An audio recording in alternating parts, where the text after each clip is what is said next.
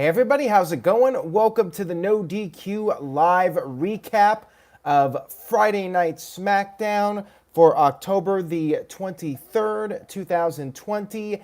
This coming Sunday is the Hell in a Cell pay-per-view event.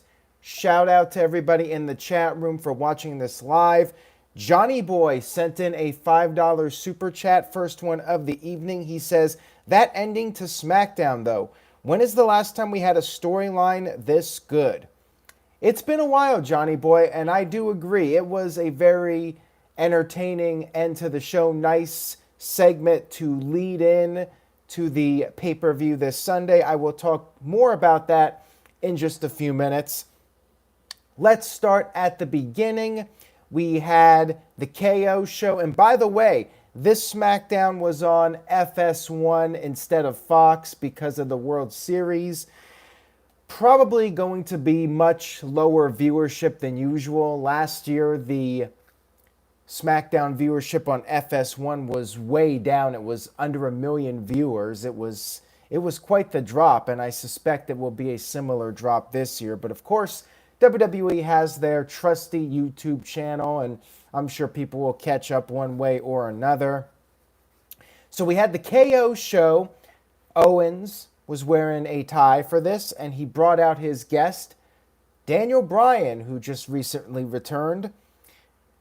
Owens asked Bryan about the future of SmackDown. Bryan said he wants to see the best superstars highlighted, and he talked about Big E and Jey Uso as examples of guys that are stepping up to the plate. He also talked about how the Intercontinental Championship should be defended every single week on SmackDown. KO was flattered that Bryan was apparently talking about him as far as one of those guys that steps up every single week. Owens then had an idea. He proposed the concept of him and Daniel Bryan being a tag team. Owens said that he's been in the company for several years, but he has never been a tag team champion. Bryan said that's because Owens betrays all of his friends. That is very true, including Chris Jericho, the infamous Festival of Friendship, but that, of course, was not mentioned. Owens even had a team name for these guys, Team Hell KO.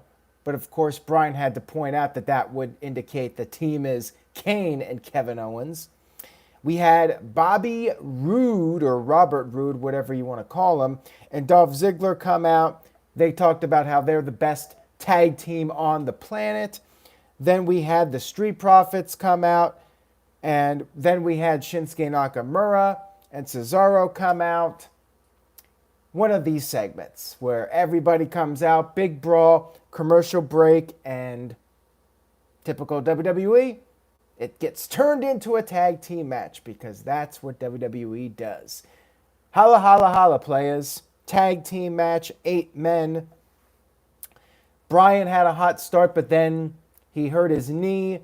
The bad guys worked over the knee for a while, and eventually Bryan was able to tag out to Dawkins. Everybody got in the ring. There was chaos. Cesaro attempted to pin Dawkins with his feet on the rope, but the referee caught it. And then Ford came off the top with the big frog splash to pin Cesaro. I get it. Street Profits are the tag team champions. You want to keep them strong, but don't you want to build up challengers for them? I mean, they've been tag team champions for a while. Actually, that's not true because now that they're the SmackDown champions, that's a new title reign. So I guess they have to be established now as the SmackDown tag team champions. So I guess I take that back. I suppose this was fine. Match was good, although I'm not a fan of the promo turns into a tag team match. You guys know that, so yeah, that brought it down a little bit for me, but the match was good. I mean, you can't go wrong with the people involved. Psycho Jet Black with a $2 super chat. Thank you for that. He says, I groaned when Dolph Ziggler and Montez Ford came out. I do with Ziggler, and especially when Ziggler's trash talking and he's like, do something. I'm just tired of hearing it because he always loses. Like, it's the same song and dance with Dolph Ziggler. Street Profits, you know, they're very entertaining in the ring. The mic work, not as big of a fan of, but hey, gotta do something. You gotta build these guys up and try and make something out of them. Try and make superstars out of them. We had our first segment of several on this show, Law and Otis. Basically the trial that was hyped up over the past several weeks. The courtroom battle between Otis and The Miz over the Money in the Bank contract. We had Ron Simmons of the APA as the bailiff, and he introduced Judge JBL. We have somebody in the chat room saying, how was SmackDown, Aaron? Well, that's what I'm doing. I'm reviewing it. So you'll find out as we go along here. We had JBL as the judge, so a full-blown APA reunion. Miz argued his case as to why he should have the Money in the Bank contract. Otis said he deserves it because, well, he won the match. Miz's lawyer said that Otis made a good, valid point. So Miz fired his lawyer. And then we went back to the arena. We had Daniel Bryan celebrating with the Street Profits and KO. Bryan told the Street Profits to fist me, boys. They had this shocked look, and Owens spit out his drink, but they did fist Daniel Bryan, fist bump that is, and then they took their leave. Sami Zayn confronted Bryan and said that he does not share Bryan's vision as far as defending the championship every single week. And Zayn advised Bryan to keep his visions to himself. I'm not sure what direction Bryan's going in right now because there was the tease of Bryan and KO being a tag team. Owens has never been a tag team champion, but then we got a tease of Bryan versus Sami Zayn. One would think that one of these matches, either the Street Profits versus Bryan and Owens or Bryan versus Zayn, will take place at Hell in a Cell, but spoiler alert, no such announcement. Maybe they'll announce something on Talking Smack, which is going on right now. Maybe I should not say that because some of you will tune out watching live. Although if you're here, you're probably loyal enough and you'll stick around anyways. We had a Bianca Belair video package, and then she had a match with Zelina Vega. Pretty much a squash match. And again, like Raw, we're just repeating matches that were already done prior to the draft. But I guess because it's on SmackDown now, it's new and fresh. But yeah, pretty short match here. Vega got a little bit of offense, but it was basically a showcase for Bianca. She picked up the win with the Kiss of Death. Johnny Boy with the $2 super chat, thank you for that, says, with Miz saying he will main event WrestleMania, does he win?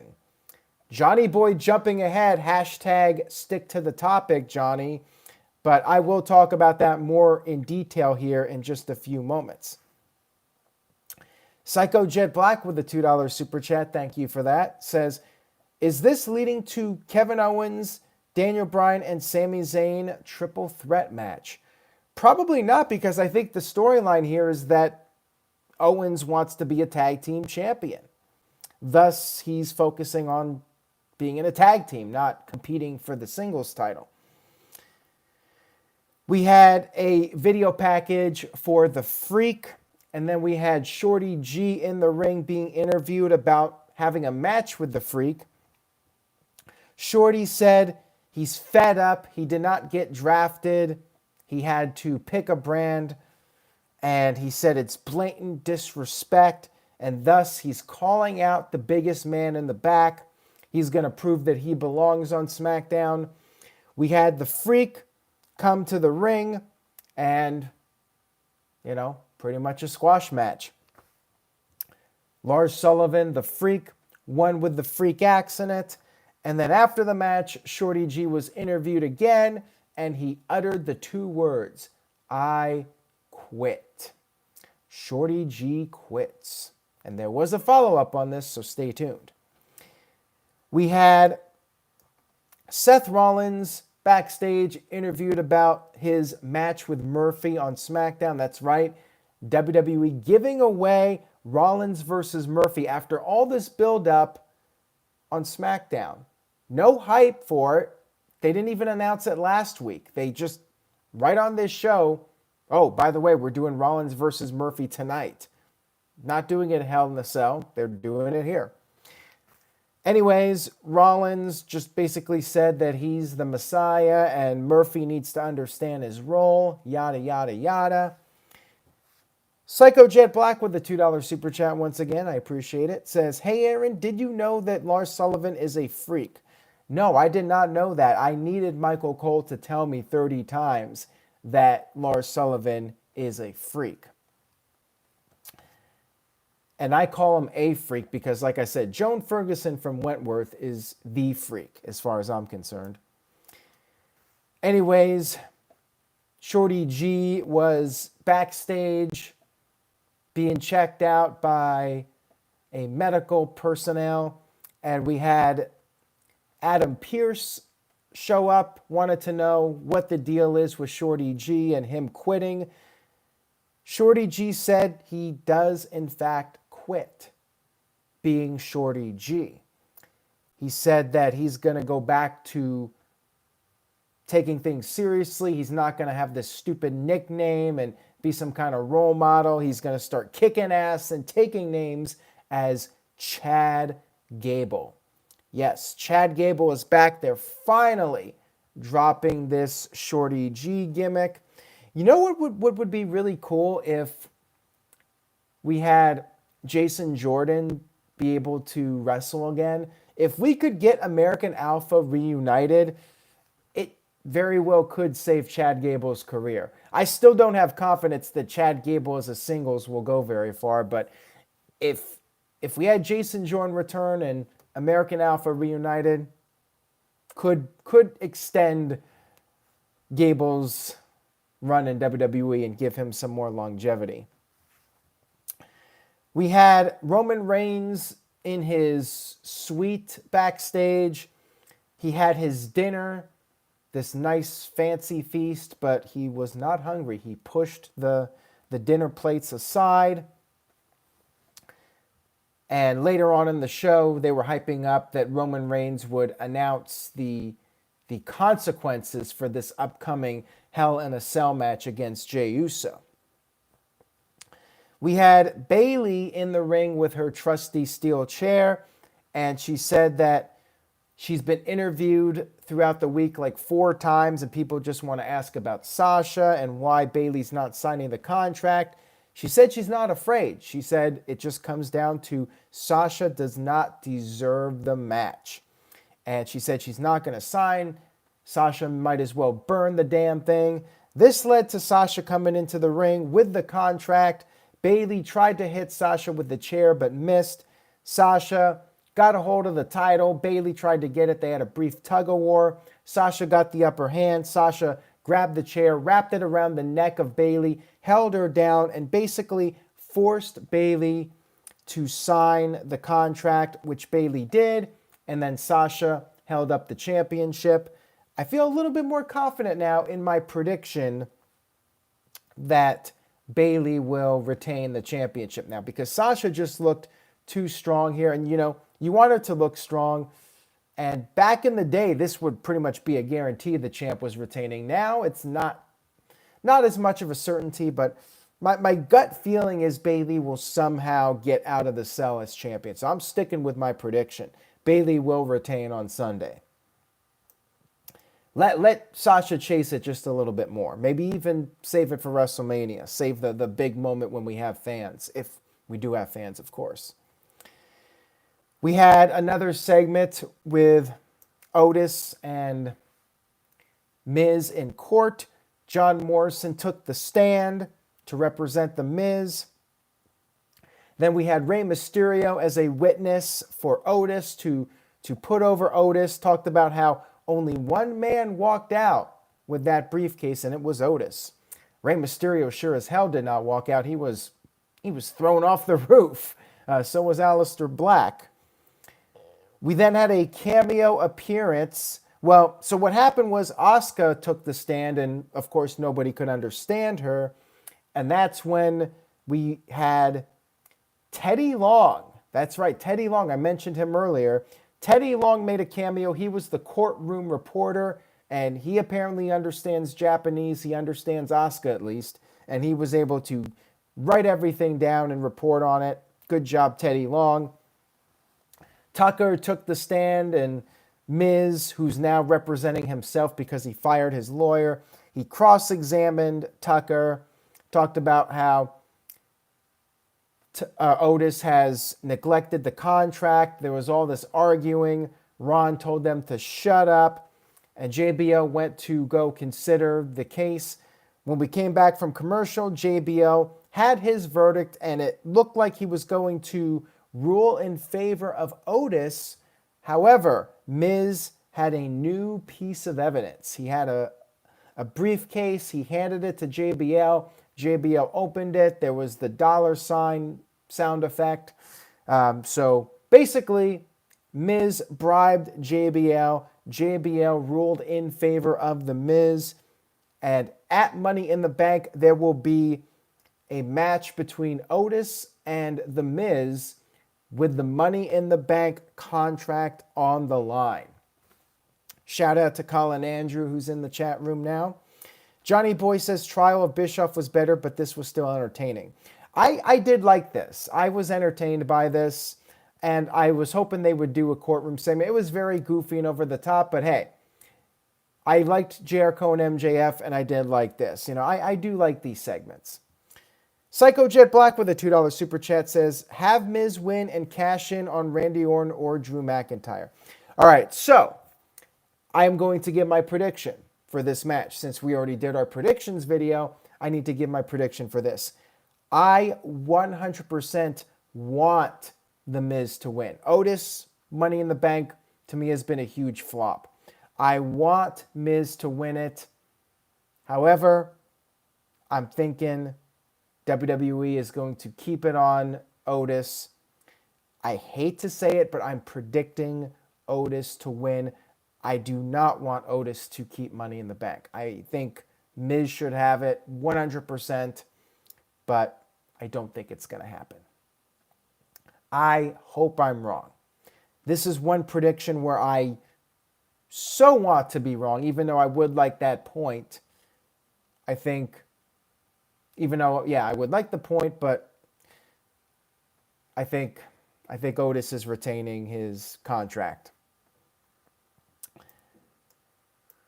We had a video package for Murphy and Seth Rollins. And by the way, Maud W says it should be Morrison with the briefcase.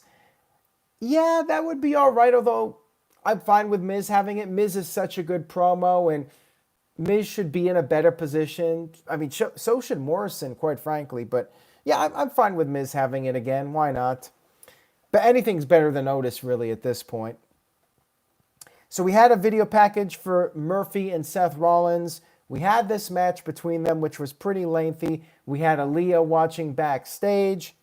Murphy was back to his old ring gear, no more disciple outfit.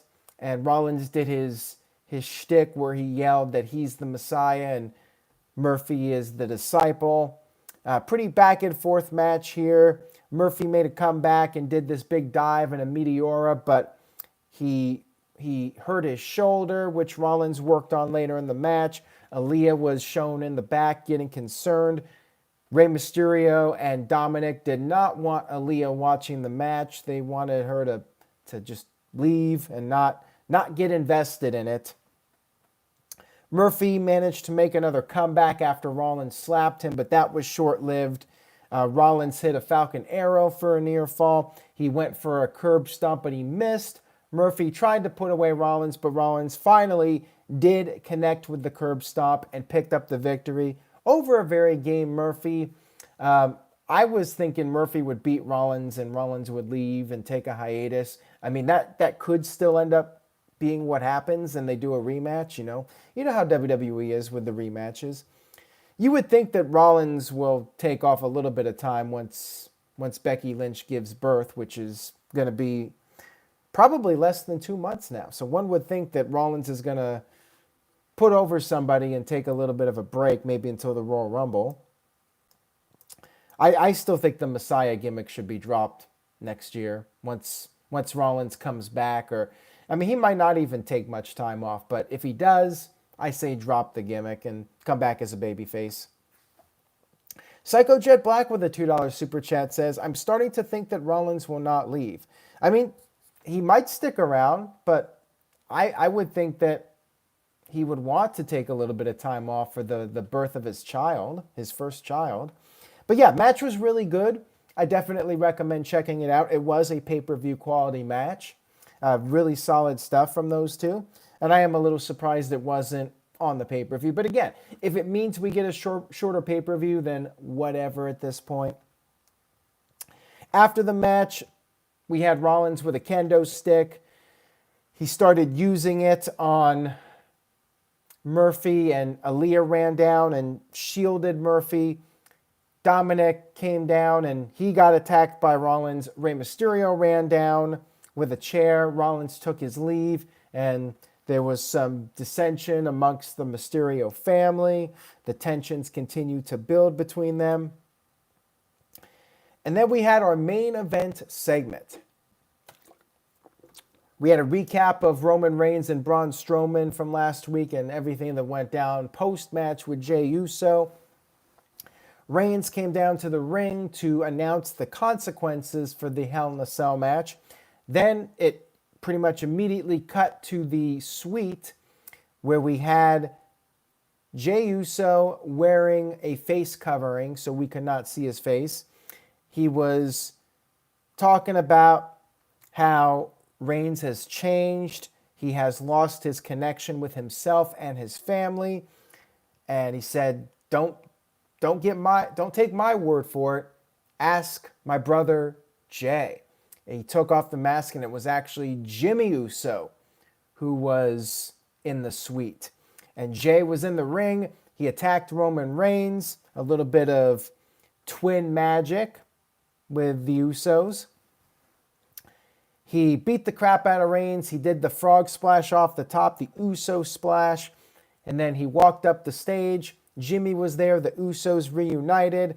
Reigns got on the mic and said if he quits, he will no longer be Universal Champion. He will no longer be at the head of the table. He will no longer be the tribal chief. However, he can live with that. However, can Jey live with quitting? And Reigns said that after Jey quits at Hell in a Cell, Jey will fall in line. Jey will acknowledge Roman Reigns as the tribal chief. But then he took it even a step further. And these were the consequences. If Jey Uso loses, not only him, but Jimmy as well, both Usos will be excommunicated from the family. Very strong words there from Roman Reigns. This is getting very personal now. The Hell in a Cell structure lowered. Jey ended up climbing up halfway and looked down on Roman Reigns as Reigns held up the championship. Another really compelling segment with these guys. Strong ending to the show. And I really thought that this was a solid end to the show. Overall, SmackDown was solid. The beginning, I'm not a big fan of the cut a promo, everybody comes out, turns into a tag match. But everything else was really solid. The squash matches were fine. The Daniel Bryan stuff was funny with Kevin Owens and the Street Profits wanting to get fisted. Good stuff. I liked the courtroom stuff. Pretty solid SmackDown. So I'm going to give it a solid B. Good SmackDown this week. Nice build for the Hell in a Cell pay-per-view. And now we have a whopping 5 matches for Hell in a Cell, which, quite frankly, I'm okay with. If it's just 5 matches, a 2-hour show, I'm not going to complain. I'd rather they do that than just add a bunch of matches and make it a longer show. Marquand 1976 said, which Hell in a Cell match will end in a non-finish this year? Well, we did address this during the predictions video. I am hopeful none. I hope WWE learned from the last couple years that it's not good for the stipulation to have non-finishes. Like, you do not want to lose that goodwill with people. People expect Hell in a Cell to have decisive outcomes. So if WWE is smart, 3 decisive, clean finishes. But if any match is going to be screwy, I'm going to say Bayley and Sasha will have the screwy finish if there is one. Michael Wayne gives the show a B+, Dr. NXT Scorpio with a B, Kev with a B, Daniel with a C+, Gamazon 100 with a B, K Talents with a B, CC Drink A-, TJS not as impressed with a C, Curtis Butler with a B, Johnny Boy with an A-, and Shady Snake says a C+ because of Lars. Hey, he's the freak. He's not Lars. Well, he is Lars, but he's the freak. A freak, as I like to call him. Tyson with a B and Nathan Washington with a B+. Vin says, what happened to Carmella? Your guess is as good as mine. Psycho Jet Black with a $2 super chat says, Arrested Development narrator, WWE has not learned. Well, that is very true. I would not be shocked if we get some screwy finishes at Hell in a Cell. At least one. I'm hopeful we'll have none, but again, there could be one match where they're like, well, this one we can mess around and do something controversial as long as the other 2 were decisive finishes. And that's it for WWE. AEW Dynamite is this coming Wednesday, and there are spoilers. Apparently, they are legitimate. Over at NoDQ.com, if you want to know the semifinal results of the tournament and the winner of the TNT title match between Cody and Orange Cassidy, head over to NoDQ.com to read the spoilers. Stay tuned to NoDQ.com for the very latest, and I will be back Sunday night, maybe Saturday night for Bound for Glory, but if I do a video, it's going to be last minute, so no guarantees on that, but I will be back Sunday night for sure with my thoughts on Hell in a Cell. If you like this video, please tell a friend, click on that subscribe button, and turn on the notification so you get not just the latest updates regarding videos, but news updates as well. Take care, everybody. Enjoy your weekend. Stay positive. Be safe. And I will see you guys next time.